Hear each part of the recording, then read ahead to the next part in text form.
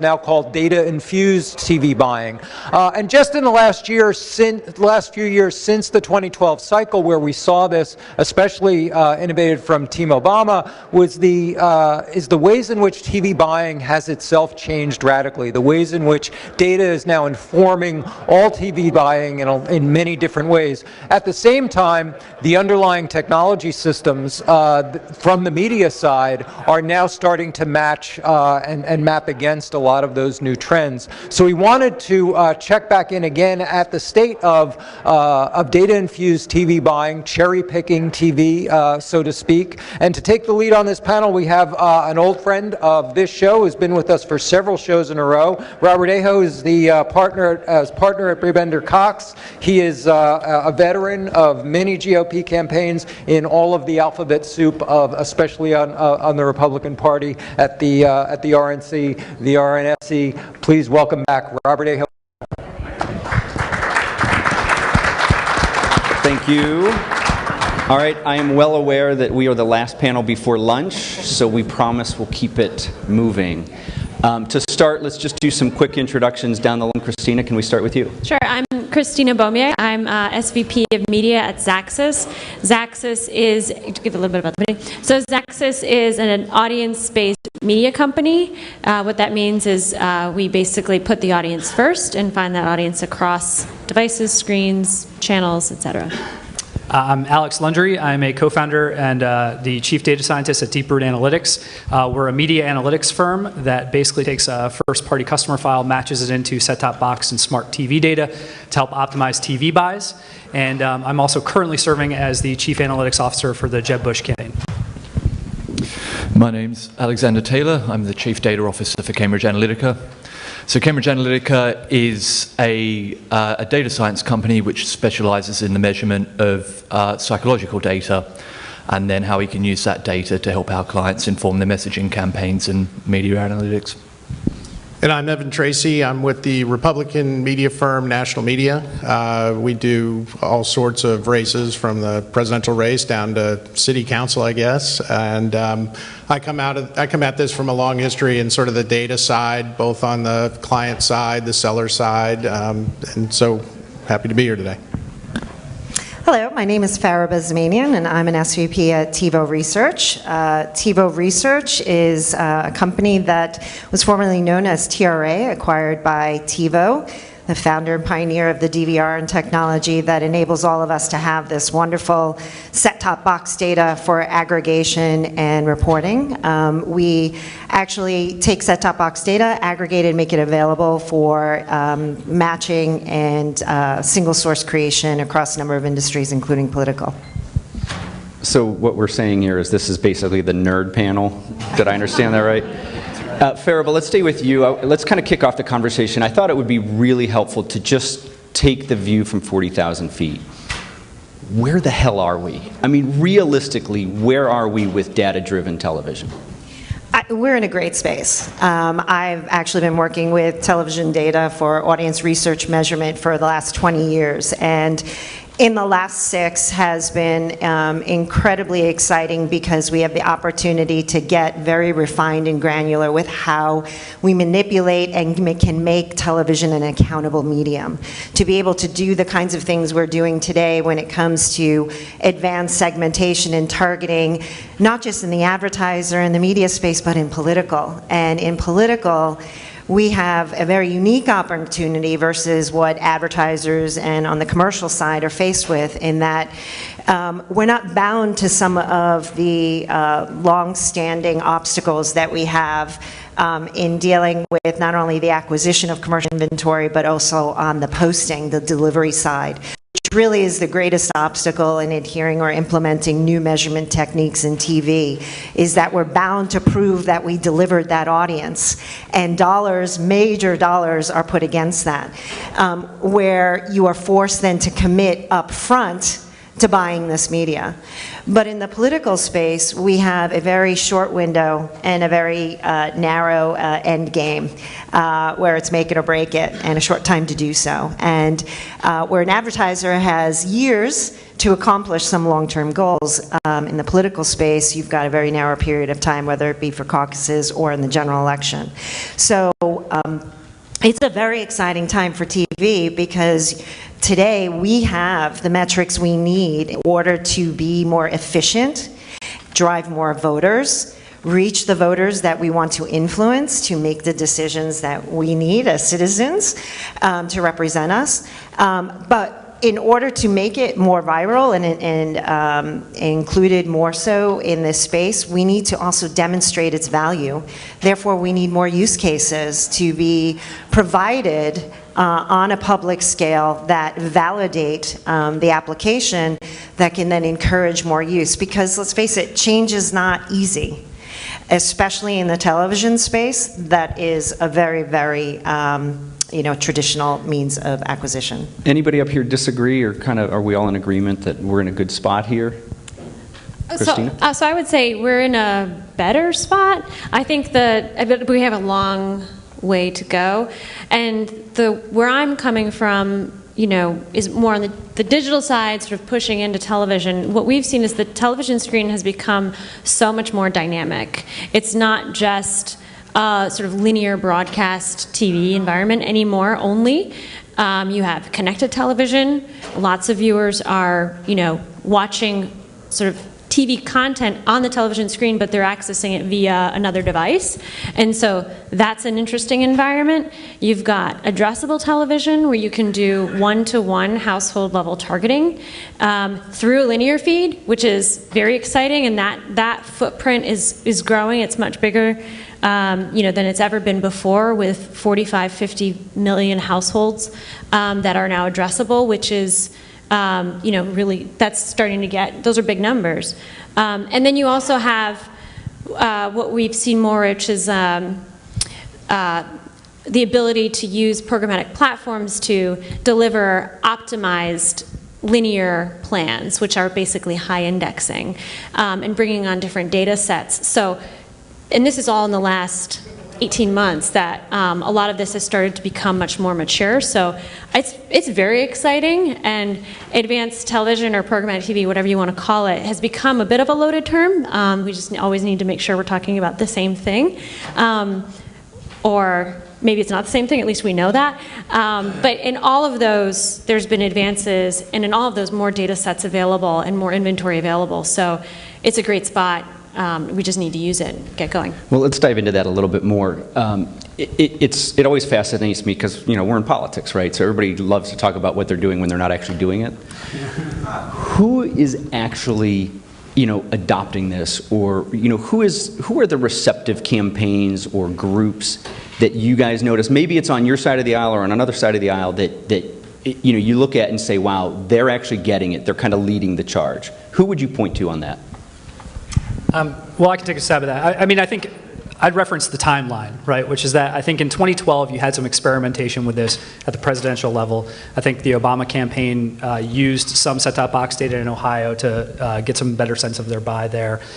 You actually had some experimentation with that on the Romney side that I was a part of as well. Just wasn't as used as aggressively or as much as it was on the Obama side. So you had the inkling of that in 2012. 2013 was kind of a proving ground for this. 2014 especially, when you had basically very expensive TV advertising campaigns and the Senate taking this on, as well as some super PACs that really forced us to do randomized experiments so we could evaluate the lift, the effectiveness. And so 2014 we really came out and said, this stuff actually works. Guess what? Targeting is better than not targeting. Breaking news. And so now we're at a scale where certainly the presidentials, certainly the top tier Senate races, but it is moving further down into congressional. Most of that's a function of having the right audiences available and the data kind of pre-processed in such a way that you can do it cheaply and quickly. So it's emerging there. It's certainly not getting down beyond the congressional. Only really in the most expensive TV races are you seeing that. Okay, good info. Let's peel back for just a quick second here. As you advise clients or friends in this business, where do you start? What are kind of, how do you talk to them about the role of addressable that plays in a particular, maybe it's a statewide, maybe it's a presidential, maybe it's a smaller race. How do you kind of set the stage and begin to make decisions with a particular client, whether they're at a local level or a national level? Well, some of this from the planning side comes with the client's specific need and use case, and budget matters. You know, there's kind of a tendency sometimes to ask your big media to do small things, and we try and talk our clients out of that as much as we can, because you still need the big megaphone in the race.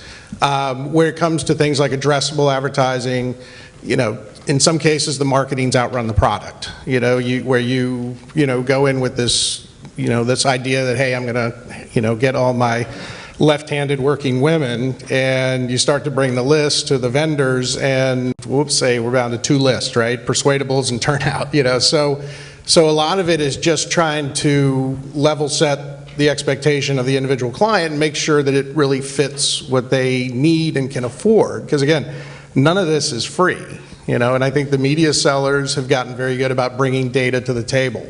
Not that data's been fully commoditized, but there's a lot more of it available back from sellers, and that's obviously helpful when you're explaining to a client, here's what you should do, here's how much it costs.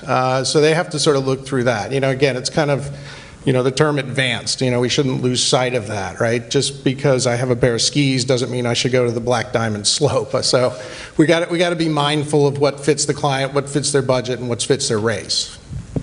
Yeah, and I think when we talk to potential clients, it ultimately boils down to 2 key value propositions, which is efficiency and effectiveness. And quite frankly, usually the more compelling one is efficiency, that this is a way to save money or at least redirect money that into perhaps digital advertising, or maybe push more money back into TV. And we have the evidence to be able to say, look, getting 20%, 30%, sometimes 40% lift in terms of efficiency. But then there's also the effectiveness side, which is that, like I said before, targeted is better than non-targeted. Even in a broadcast medium, you now have the ability to do that targeting, and you can see that there is in fact movement in the polls, in ballot support, in turnout related to targeted television versus traditionally bought television. So who's getting this better? Is it the super PAC side? Is it the committee side? Is it the candidate campaign committees? Who are you seeing that actually understands and embraces this quicker? So from our experience, we've found engagement from both sides. At the moment we're working with 2 of the front-running candidates on the Republican side, helping them optimize their TV buys. And both the PACs and the candidate campaigns have been hugely receptive. As Alex said, a big part of that is the immediacy of the feedback that they're able to get. You know, unlike a commercial project where they're really looking at uplift at the shelf, which can take, you know, weeks or months to become evident. With a political campaign, you know, one of the clients we're working with has a call center in their campaign HQ where they're ringing up hundreds of people every day asking them to pledge their support. And when they can see the uplift, in one case study we saw about an 18% uplift between the hours after an optimized TV buy aired versus a non-optimized one, and they can't argue with results like that. If I can just add to that, I think in addition to that, they can see through the same set-top sources whether or not the intended audience was actually exposed to the campaign ad. I mean, that's the side on the measurement that we have to do a better job in getting integrated within the process, that they actually get to see, yes, you did reach segment or voter profile A, and then how often they were exposed. And then you can track or measure their behavior, whether it be a call-in or to see if there's more traffic in their local or just congressional district at the polls. Those are some ways we can start to actually put validation against it. Okay, let me throw a curveball here. Talk to me about mistakes. You know, I think oftentimes when there's something new, everybody's always, you know, overly cautious because they're so concerned about making a mistake that was made in a previous cycle or a neighboring state or another campaign. Let's shed some light on this. What are some of the mistakes that have been made or maybe are being made right now with buys going on right now? Yeah, there's a difference, just to kind of piggyback and bring this together, between technically feasible and should we do it, and can we do it? Have we done it before? We are at the bleeding edge. You just don't want to be the one to bleed. And, you know, what we find obviously in political is there's a moment, and after that moment, it's over, right? There's no make good. There's no sort of tolerance for, oh, it didn't scale. Sorry, you know, you wanted to reach that audience, but we couldn't find them. And that is the very real limitation that we need to be honest about with our clients as we're in the planning phase about, yes, you want to reach this, but you know, we may need to think about broadening it out a little bit more. Yeah, make good is 2 four-letter words in our business. Anybody else? Yeah, I got a ton of mistakes people can make all the time. I think the first is in terms of vendors and data providers coming in too late. I mean, I have people coming in, you know, to the JEP campaign right now, pitching us products for the Iowa caucuses. I mean, it's in 12 days. You know, that doesn't do us any good. And in fact, it was too late when people were coming in August. Right? I mean, budgets are set, but also if you're coming in with something new and unproven, you have to test it. We need evidence that it actually works. We need to do a pilot program. So people come in too late. I think in terms of the actual TV buy, I think thinking that something is programmatic when it's not, right? So understanding what programmatic is exactly, which I'm sure we'll probably talk about. But I think a lot of providers are out there saying they have programmatic solutions when it's really a mechanical Turk. It's a guy behind a computer screen who's then going and executing a buy in a very human way. But then also the other big mistake we see is our optimizations, TV optimizations that are not built off of existing inventory or existing costs. I mean, that's everything. You know, if I tell you to go buy a piece of inventory that doesn't exist, or that is priced, differently than what it actually is, that's a fail. And we see that being made by campaigns in working with instances where that happens too frequently. Yeah, I just would add, I think to that point too, it's some of the times, you know, I think it's Erwin Gottlieb who runs Group M, and I think they place about 1/3 of the world's advertising.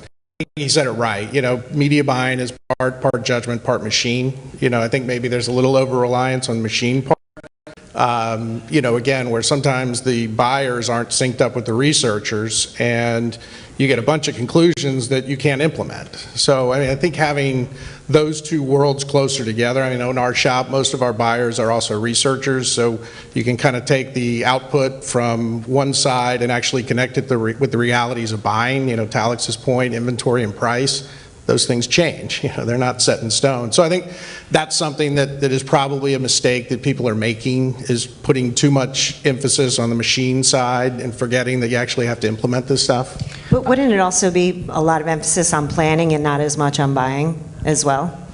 Yeah, sure. I mean, implementation. Yeah, again, you can get so caught up, and again, you can invest a lot of money in building a battleship, but if you don't have the money to put the gas in it to get to the battle, it's not really all that worthwhile to your campaign. So it is about sort of finding that balance, and I think being able to bring in these advanced tools, not too late, not too early, but, you know, really try and sync those with more of a campaign mindset. You know, look, at the end of the day, these are going out of business sales, right? And if we don't sell one more bag of dog food than our opponent, we're out of business. So we have to work in that environment. And I think those are some of the realities that people that sell into the corporate world, you know, Coke and Pepsi try something new and it doesn't work, their sales go down for a quarter and they recalibrate. We don't have that in campaigns. So a lot of times our decisions and what we have to advise clients are on do the things that you can implement and actually do to sell that one more bag of dog food.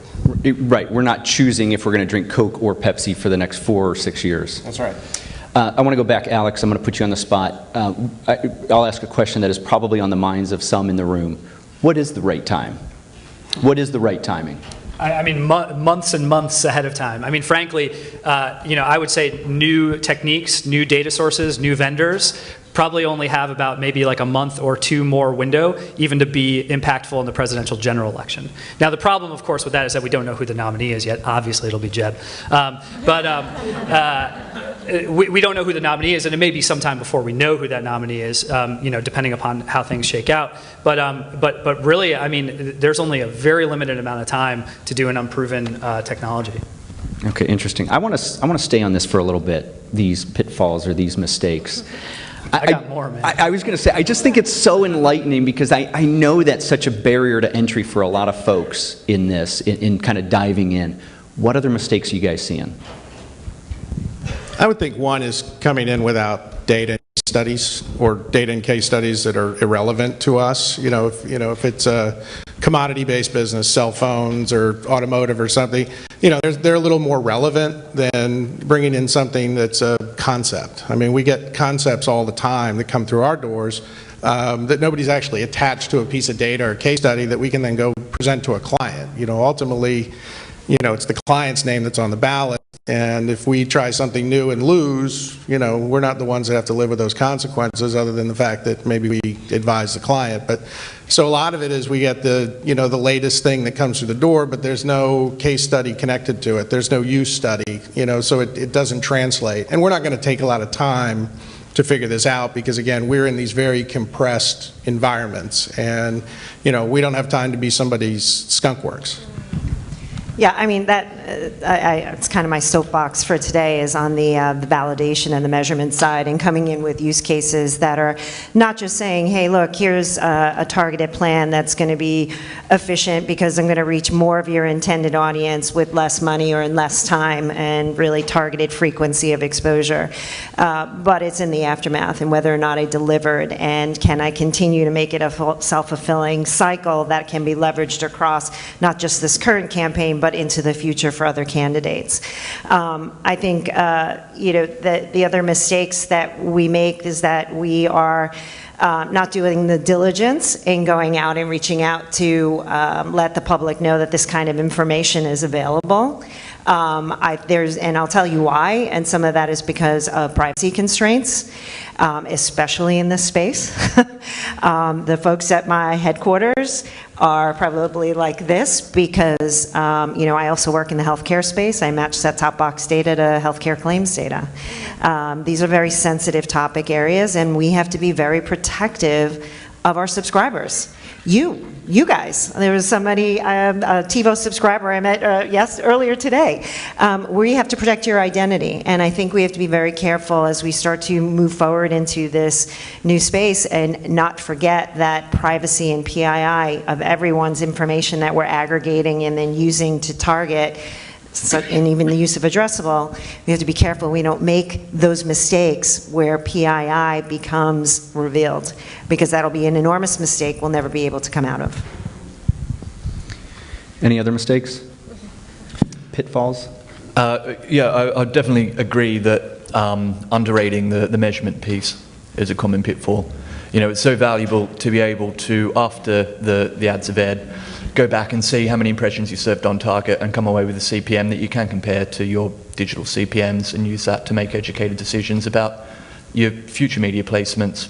But there's often a lot of emphasis on getting that optimized schedule in the first place, and then not a lot of retrospect afterwards. Interesting.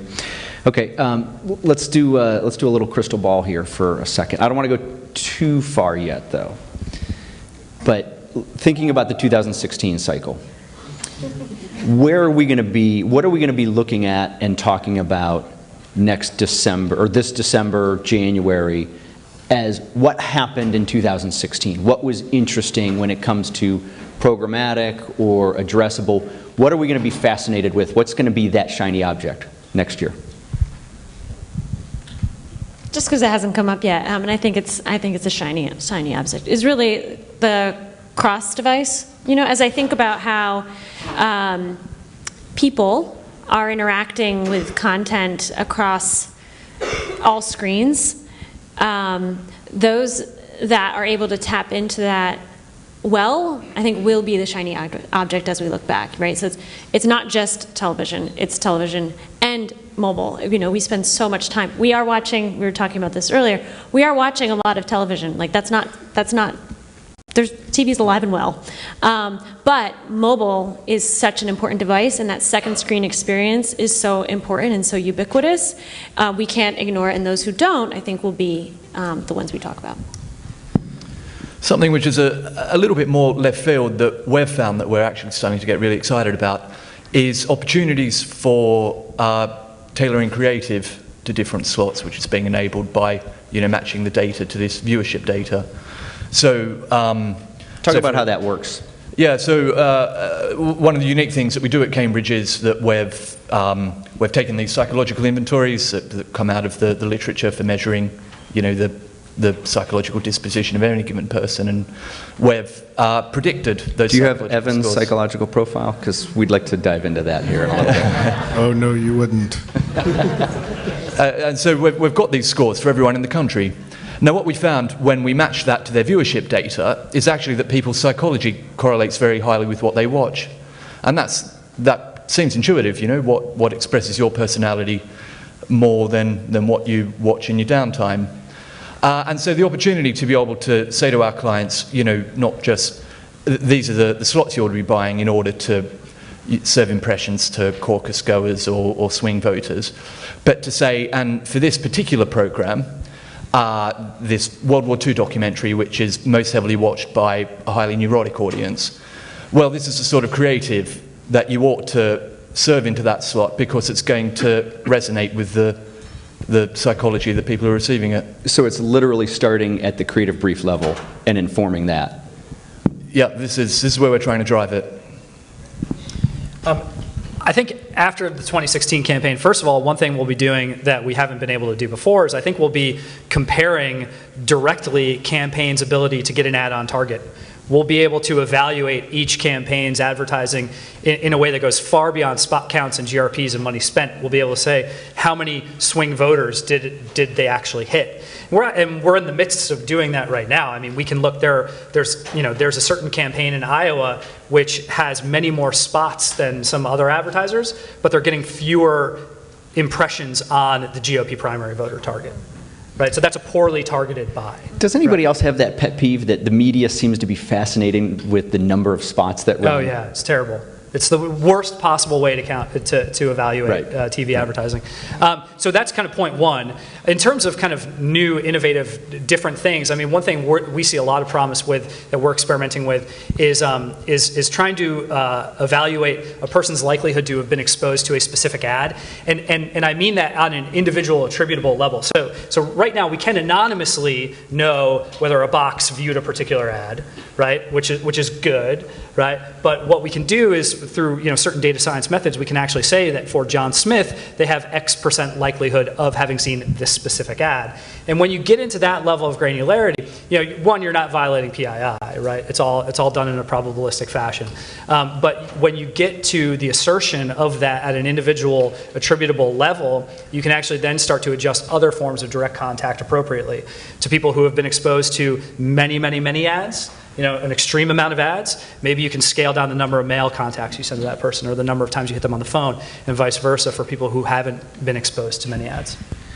Yeah, I think it's once you get past the Trump-Sanders general election that you'll be talking about things more along the lines of, I think optimization is going to be a big part of this election. I mean, again, I think some of the talk about efficiencies at certainly a presidential level are dangerous. I mean, we saw this, when McCain suspended his campaign and pulled down all his broadcast buys. The Obama campaign just went in and bought up the time that McCain had released. So, I mean, but how you optimize, and again, how you target individuals, and I think also getting cross-device and cross-screen measurements are going to be things that are going to be important. In other words, have, a common CPM to the extent you can is going to be very helpful in sort of guiding a lot of these spend decisions at the end, but it is still about how do you get your 20 pounds of sugar in a 10-pound bag at the end. I don't think that changes. Because as much as we would love to talk about how the walls are being broken down, there are still walls that exist.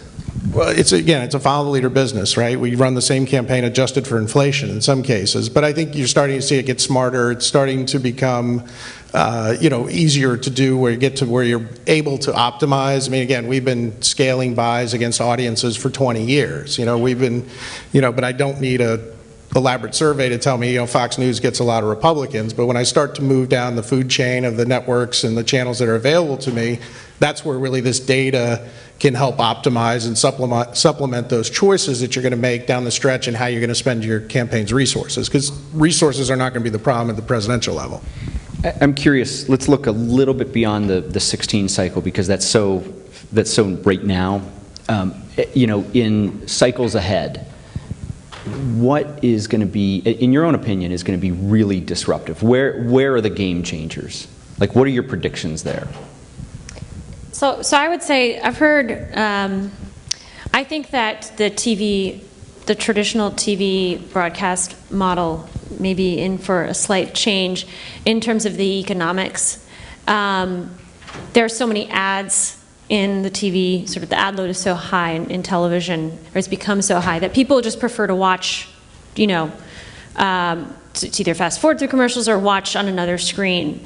And as a response, I think, you know, in my crystal ball, I think we're going to see programmers reduce their ad loads and actually increase pricing. And so I think that that's going to change the sort of pricing game, at least in the next cycles in 2017, you know, and years beyond. So I feel like that's a fairly disruptive force, certainly for national broadcast and even national cable. We'll see what happens at the local level.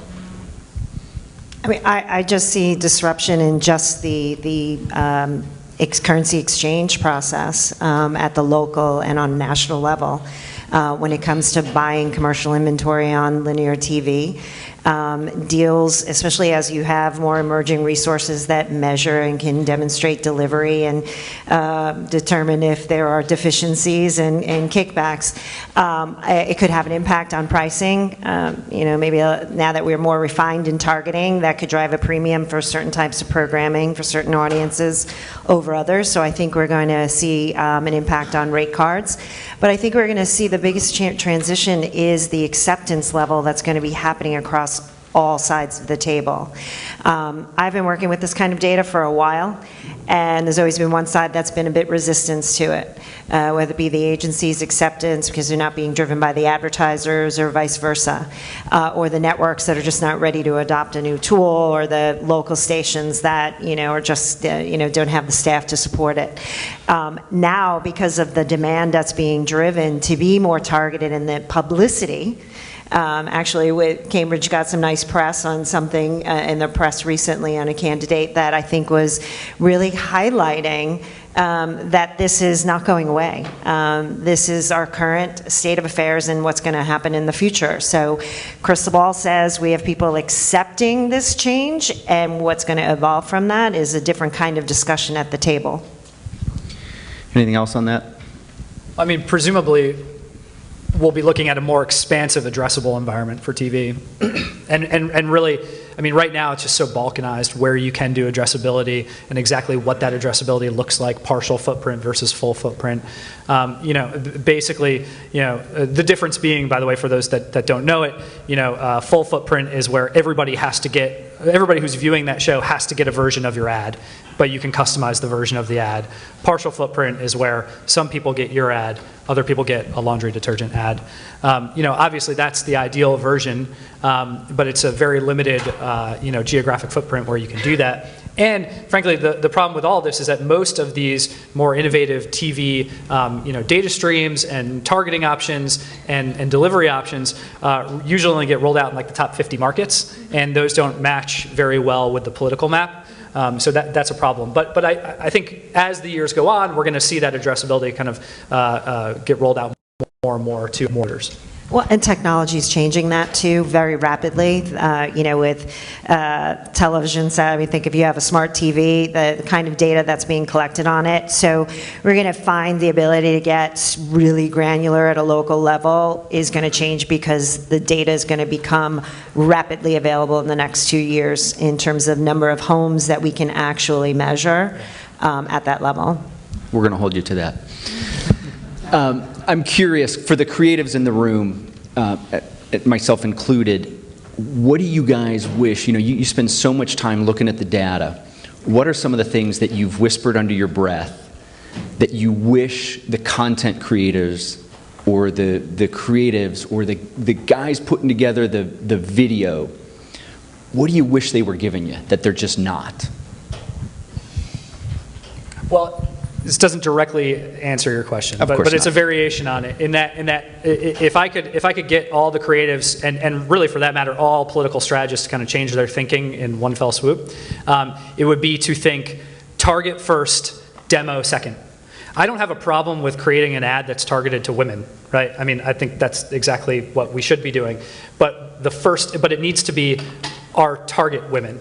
not just women in general, and better understand exactly who those people are. Instead, they usually go from demo and then target as a secondary consideration. But it's just it's an order of operations issue, really. That's a fair point. Anything else on that? Come on, you know. Just that the best targeting in the world can't overcome bad creative. Yeah, and we've seen our share of it this cycle, right? I mean, coming from a data science point of view, it really is just about listening to the data from our perspective.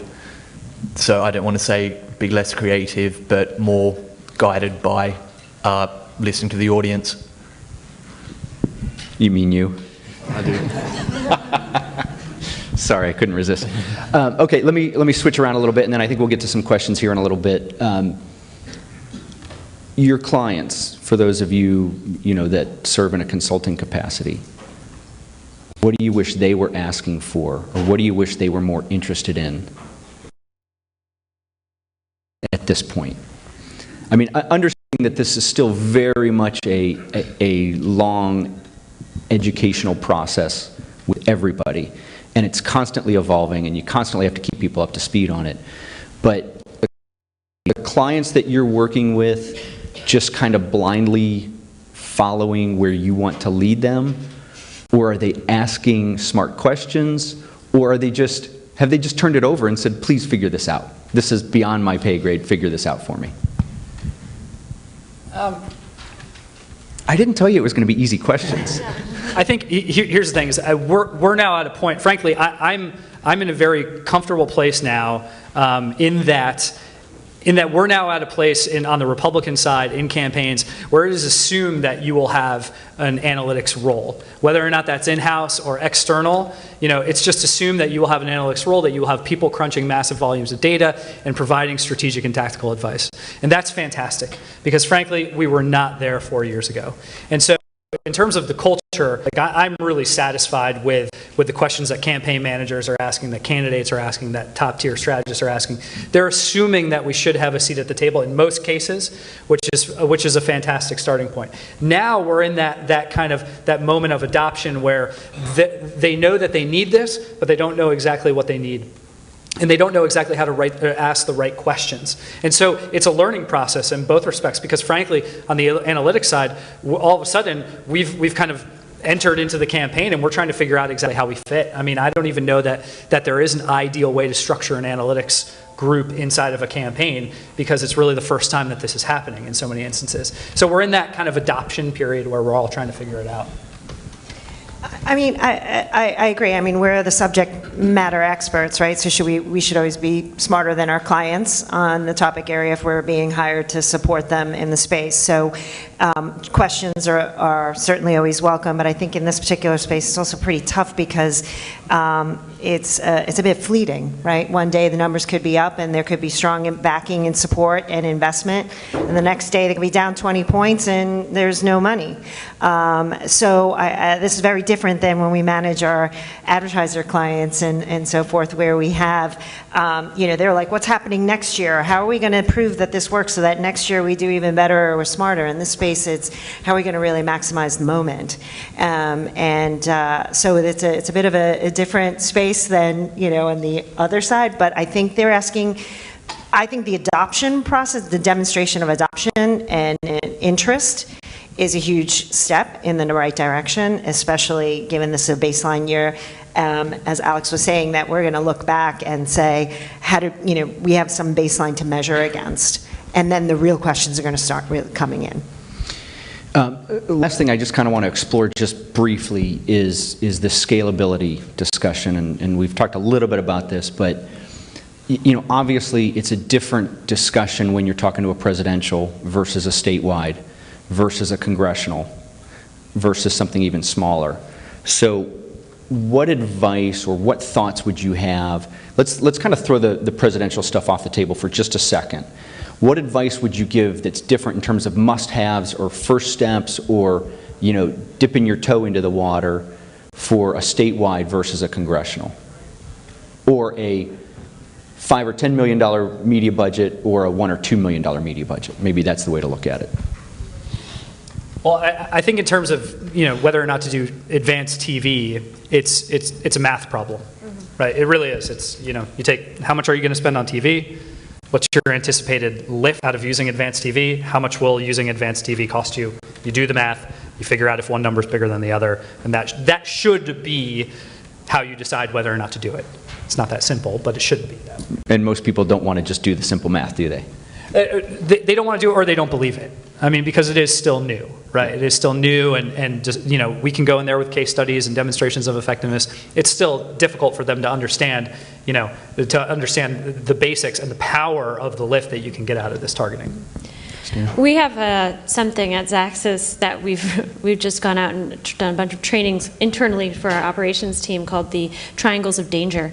And basically, there are two triangles inversely, inversely matched. And basically, the story is, if you want really, really, really tight targeting, you need more budget, right? And if you want, and so it's very hard / it's not setting yourself up for success to do extraordinarily tight targeting, congressional, let's say, low budget, targeted to specific psychographic profiles or voter profiles. That's not going to set you up for success. So you sort of need to make choices about how much can you have, how big is your mix, what's most important, and and then it becomes really the math question.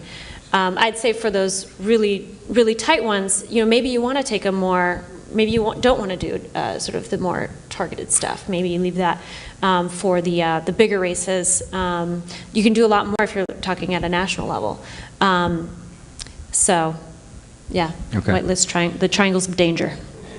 Before we get to questions from the audience, any other thoughts on that? Difference between kind of mid-level and large budgets?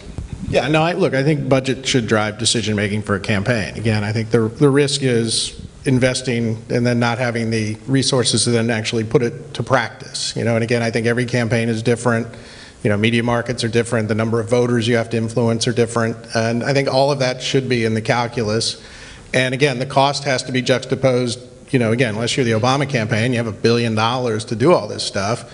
Something's got to give, whether that's phones or mail or radio or whatever it is. You have to look at it across all the things you're trying to do as a campaign and determine, does this deliver the bang for the buck? Is there ROI here for my campaign and my particular need? If it's a really close race, 10,000 voters are going to decide it, probably a good investment.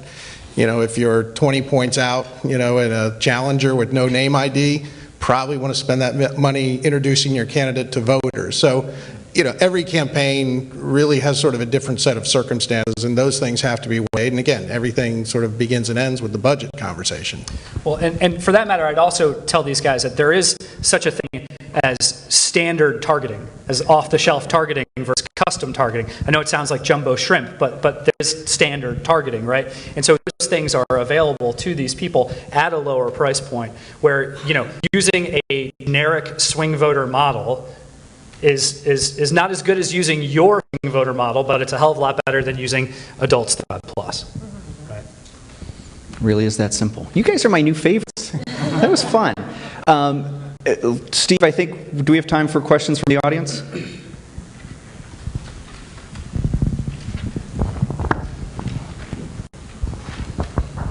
Hi, Monica Seabaum with Tremor Video. Do any of you have a real-world example where a political campaign or advocacy campaign used addressable TV successfully? Yeah, I mean, we've used it in the past couple of cycles, and, again, I think you sort of define successful. I mean, again, we didn't use it in replace of our media. We used it in support of, and a couple of instances where we were in, very tight congressional races, and we could over-deliver to households that had, swing Republicans or turnout Republicans. That helps on the margins. Again, it was never in replace of, but it was a supplement to. And I think, the other thing it showed is it validated a lot of our other research. We spend a lot of time, effort, and money doing research to find the right target audience and the right mix. And when you're able to use an addressable product, which isn't necessarily going to the 8 cable networks you're buying, but it's going to the household, we did see lift in those households, but again, it was on top of a lot of media tonnage. I'm not going to sit here and say this is how the race was won.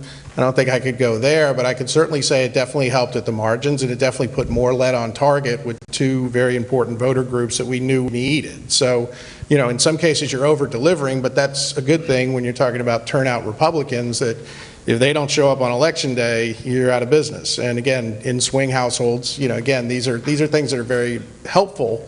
But again, the limitations are that I couldn't bring 7 lists, to get to scale. So I really ended up doing a targeted product with 2 very, distinct groups. We did it's not addressable specifically, but targeted TV. We did a randomized controlled experiment in Texas for Governor Abbott during his primary. We worked with Dr. Darren Shaw from UT Austin there, and we basically randomized every single type of communication you could send to a campaign. TV, radio, phones, mail, door knocks, digital, everything, across media markets and cable zones. And we weren't just able to evaluate the effectiveness of TV versus all those other things. We also randomly assigned media markets to receive targeted TV versus traditionally Nielsen 35 plus bought TV. And in the end, based on a pre and post survey evaluation coupled with actual turnout rolls, so we could see whether or not those people voted, we saw lift in terms of ballot impact of targeted TV at 12 percentage points. The next closest was traditional TV at 5 percentage points. Radio was at 4, and digital and phones and door knocks were lower than that. So targeted TV demonstrably works better than non-targeted TV, and TV still continues to be the easiest, fastest way to get a lot of impressions on your target. Joe Mandisi from Media Post. So you guys did a great job explaining the who and the when. But one of the problems with programmatic TV or addressable is the what, the creative. Getting the right message to the right user at the right time. Even if you have the footprint and the data, can be a problem. How are you guys just generally cracking that, and how much of an impediment is it to you executing the buys? Yeah, so having being able to match enough households to do a large-scale addressable TV campaign is definitely a challenge at the moment. But that footprint is growing all the time as the platforms over which people consume media are changing. There's more streaming. The ability to target individual devices is only going to get larger. Yeah, but how are you addressing the creative? So, in terms of an individually targeted messaging campaign, how do we inform the creative? Yeah. Well, so from our side, it all begins with the data. So we will generate an audience from these offline data that we hold. These enormous databases that contain thousands of data points about every individual in the country, and from those audiences that we've identified from within those data sets, we put together a creative brief, which then we hand over to our clients to guide them in building the creative, and then we work with them to roll out a targeted messaging campaign. And that might be digitally, it might be addressable to whatever extent is possible. I mean, at the end of the day, there is still a role for traditional survey work, focus groups, phone survey. That kind of, obviously you've got the market research, you've got the demographics, you've got the audience, right? But you've also got the product, you got the candidate or the issue, whatever you're selling, and then the timing of it. I mean, that all needs to get baked into the creative brief, and then that ultimately decides the creative. And I was just going to say,